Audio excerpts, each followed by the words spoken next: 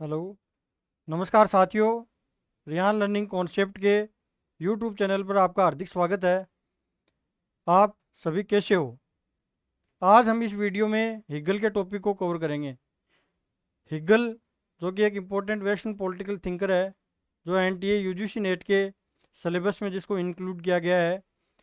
Hegel को समझना, Hegel की पॉलिटिकल फिलोसफी समझना इतना आसान नहीं है।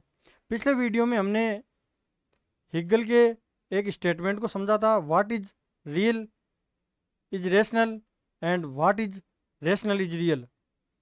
कहने का मतलब है कि हिगल की जो फिलोसफी है वो कंप्लीट इस वीडियो पर टिकी हुई है।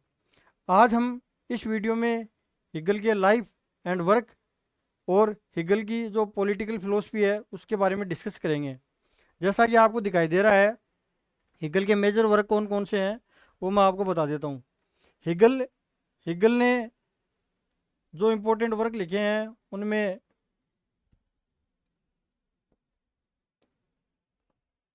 राइट हिगल ने जो इम्पोर्टेंट वर्क लिखे हैं उनमें philosophy of law, philosophy of right, philosophy of history, science of logic, the phenomenology of spirit, encyclopedia of philosophical sciences, constitution of Germany, ये मुख्य हिगल के द्वारा लिखे गए मेजर वर्क हैं।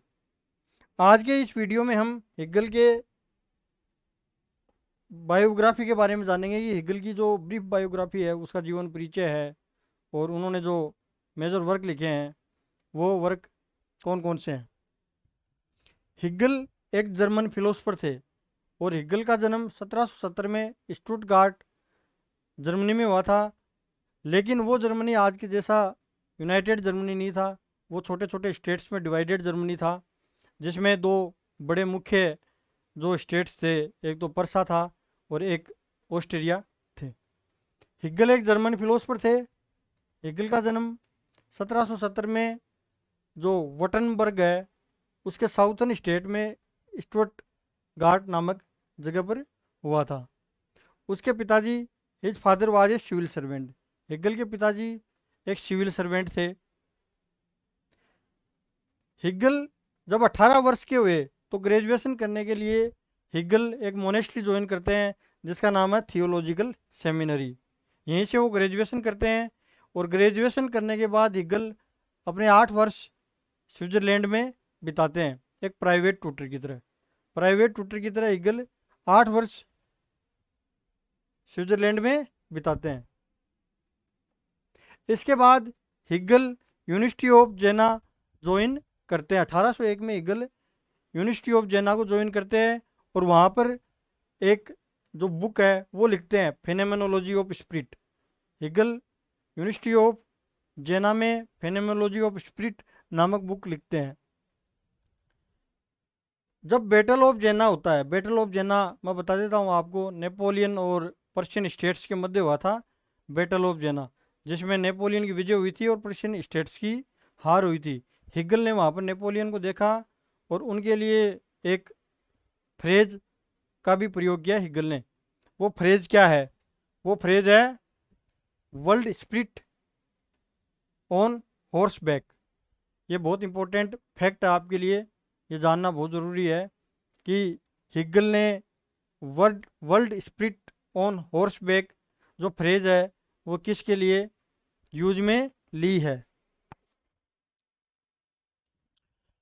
University close down in 1806। कहने का मतलब है 1806 में जो यूनिवर्सिटी ऑफ जेना क्लोज हो जाती है 1806 में। उसका कारण होता है बैटल ऑफ जेना। इसके आगे देखिए आप, 1816 में हिगल के द्वारा साइंस ऑफ लॉजिक नामक बुक पब्लिश की जाती है और इस बुक के पब्लिश के बाद हिगल को यूनिवर्सिटी ऑफ हेडलबर्ग में प्रोफेसर के रूप में नियुक्त किया जाता है, अपॉइंट किया जाता है। 1818 में Hegel encyclopedia of philosophical sciences book को प्रकाशित करते हैं। इसके बाद वो यूनिवर्सिटी ऑफ बर्लिन में हिगल प्रोफेसर के रूप में अपॉइंट होते हैं 1818 में। 1818 से लेके 1831 तक हिगल यूनिवर्सिटी ऑफ बर्लिन में फिलोसफी के प्रोफेसर होते हैं। और यहाँ पर एक वो बुक पब्लिश करते हैं फिलोसफी ऑफ राइट 1821 में। हिगल 1821 में philosophy of right book publish करते हैं। इस बुक में इन्होंने एक बहुत महत्वपूर्ण स्टेटमेंट दिया है, रेशनल इज रियल या रेशनल इज एक्चुअल और एक्चुअल इज रियल, जो कि मैंने एक अलग से वीडियो बनाया है। आप चाहो तो यूट्यूब की जो वीडियो लिस्ट है उसमें जा कर के आप ये वीडियो देख सकते हो।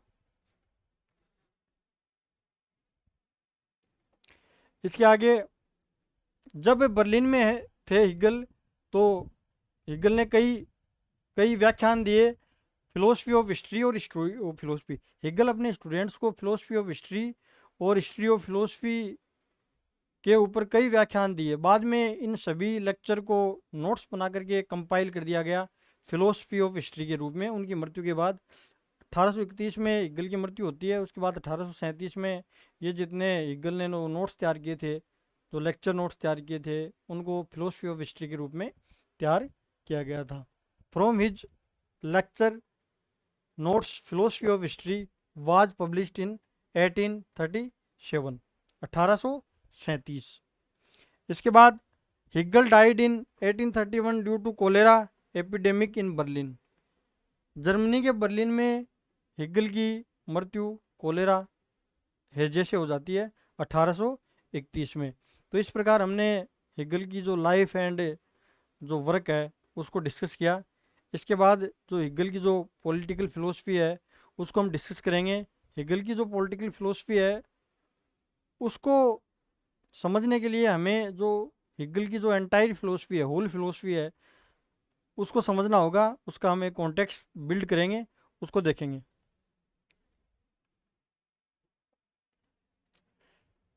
हिगल की फिलोसफी क्या है? हिगल की जो फिलोसफी है वो एक आइडिया पर आधारित है। हिगल एक आइडियलिस्ट थिंकर है। हिगल एक आदर्शवादी विचारक है। और आइडियलिस्ट थिंकर किसको कहा जाता है? जिनकी फिलोसफी आइडिया के इर्द गिर्द बिल्ड होती है या आइडिया के अराउंड बिल्ड होती है। तो देखिए हिगल क्या कह रहे हैं। हिगल कहते हैं कि इस दुनिया में जो कुछ आप देख रहे हो, इस दुनिया में जो कुछ है आपके सामने, इस दुनिया में जो कुछ हुआ है, इस दुनिया में जो कुछ होगा और जो हो रहा है, वो एक्चुअल नहीं है, वो रियल नहीं है। वास्तव में क्या है, उसके पीछे जो प्रिंसिपल्स हैं, उसके पीछे जो लॉज हैं, उसके पीछे जो बिग प्लान है, वो ही वास्तविक सत्य है। उसको हम आइडिया कहते हैं। हिगल एक आइडियलिस्टिक थिंकर है। आइडियलिस्टिक थिंकर का मतलब है हिगल के अकॉर्डिंग जो आइडिया है वही अल्टीमेट रियलिटी है। वास्तविक सत्य क्या है? आइडिया है। वास्तविक सत्य है। हिगल के अकॉर्डिंग जो अल्टीमेट रियलिटी वो क्या है? वो आइडिया है, वो मैटर नहीं है, वो आइडिया है। हिगल कहते हैं कि idea comes first and then matter. कहने का मतलब आइडिया पहले आए हैं, जो विचार है वो पहले आया है और पदार्थ बाद में आया है। Idea comes first. और आइडिया को हिगल और कौन से शब्दों से डिनोट करते हैं? आइडिया को हिगल स्पिरिट कहते हैं, गाइस्ट कहते हैं, माइंड कहते हैं, रीजन कहते हैं। स्पिरिट, गाइस्ट आप देख सकते हो, माइंड, रीजन कहते हैं। इसके बाद देखिए आप, हिगल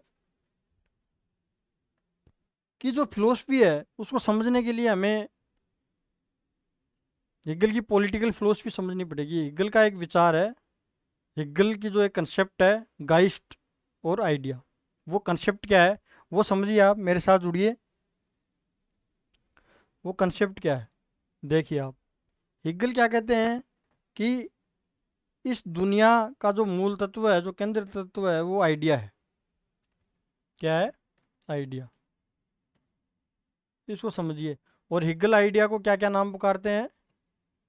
हिगल आइडिया को कहते हैं गाइस्ट, इसी को हिगल कहते हैं स्पिरिट,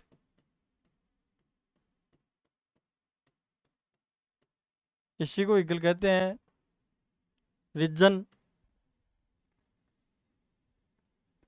इसी को ईगल कहते हैं। गॉड या माइंड, इन शब्दों से डिनोट करते हैं different types of words. Idea, spirit, Geist, mind और रीजन। अब हम समझते हैं कि हिगल की जो कंसेप्ट है, गाइस्ट की जो कंसेप्ट है, जो स्पिरिट की कंसेप्ट है, उससे समझने से पहले हम हिगल के एक स्टेटमेंट को समझते हैं, जिस स्टेटमेंट के अराउंड हिगल की फिलोसफी बिल्ड की गई है। स्टेटमेंट क्या है? स्टेटमेंट है what is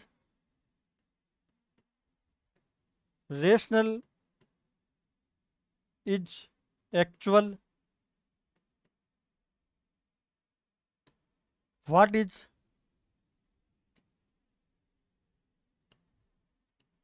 actual is rational.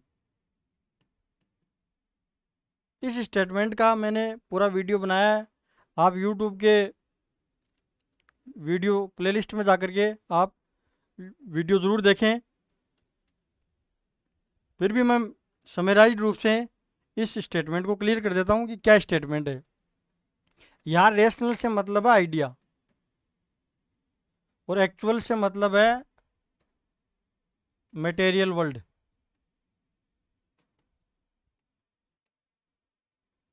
Material world statement से तात्पर्य है कि जो आप विश्व देख रहे हो, जो आपके सामने मटेरियल वर्ल्ड है, वो वास्तविक नहीं है। उसके पीछे जो प्रिंसिपल्स हैं, जो लॉज हैं, जो काम कर रहे हैं, वो वास्तव में है। जो आइडियाज़ हैं, वो आइडियाज़ हैं, उनकी परछाई मटेरियल वर्ल्ड है। और मटेरियल वर्ल्ड वास्तव में क्या है? वो रेशनल आइडियाज़ हैं। आइडियाज़ की जो परछाई है, वो परछाई क्या है? उसकी मैनिफेस्टेशन,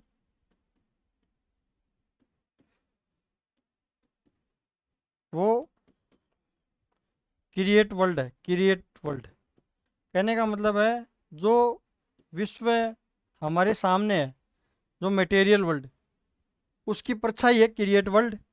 और क्रिएट वर्ल्ड के पीछे जो काम करता है, जो प्लान काम करता है, जो लॉ काम करता है, जो प्रिंसिपल काम करता है, वो प्रिंसिपल क्या है? वो आइडिया है। उसी आइडिया को हिगल कहते हैं स्पिरिट। इसी को हिगल कहते हैं माइंड। हिगल कहते हैं कि जब यूनिवर्स नहीं था, तो यूनिवर्स से पहले क्या था? सब कुछ इम्पटी था। इम्पटी था, उसकी जगह क्या था? माइंड था। और माइंड भी अनकॉन्शियस था वो। लेकिन धीरे धीरे जब माइंड कॉन्शियसनेस अवस्था में आया, उसने अपना आकार लिया, तो उसने मैटर में अपना आकार लिया, और मैटर में माइंड समाहित हो गया। और फिर मैटर धीरे धीरे स्टार्स, प्लैनेट्स, सोलर सिस्टम, हमारी जो अर्थ है, पेड़ पौधे हैं, एनिमल्स हैं, इन सभी के रूप में मैटर में माइंड आ गया। और धीरे धीरे प्रोग्रेस हो रही है। अगले वीडियो में हम लोग जो हिगल की जो कॉन्सेप्ट है, स्पिरिट की जो कॉन्सेप्ट है, माइंड की जो कॉन्सेप्ट है, जो गाइस्ट की जो कॉन्सेप्ट है, उस कॉन्सेप्ट को समझने का प्रयास करेंगे।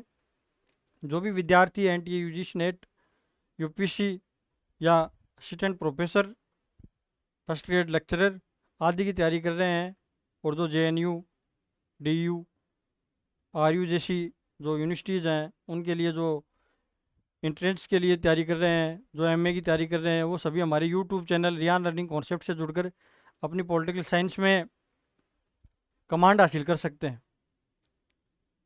वीडियो को देखने के लिए बहुत बहुत धन्यवाद। Thank you so much.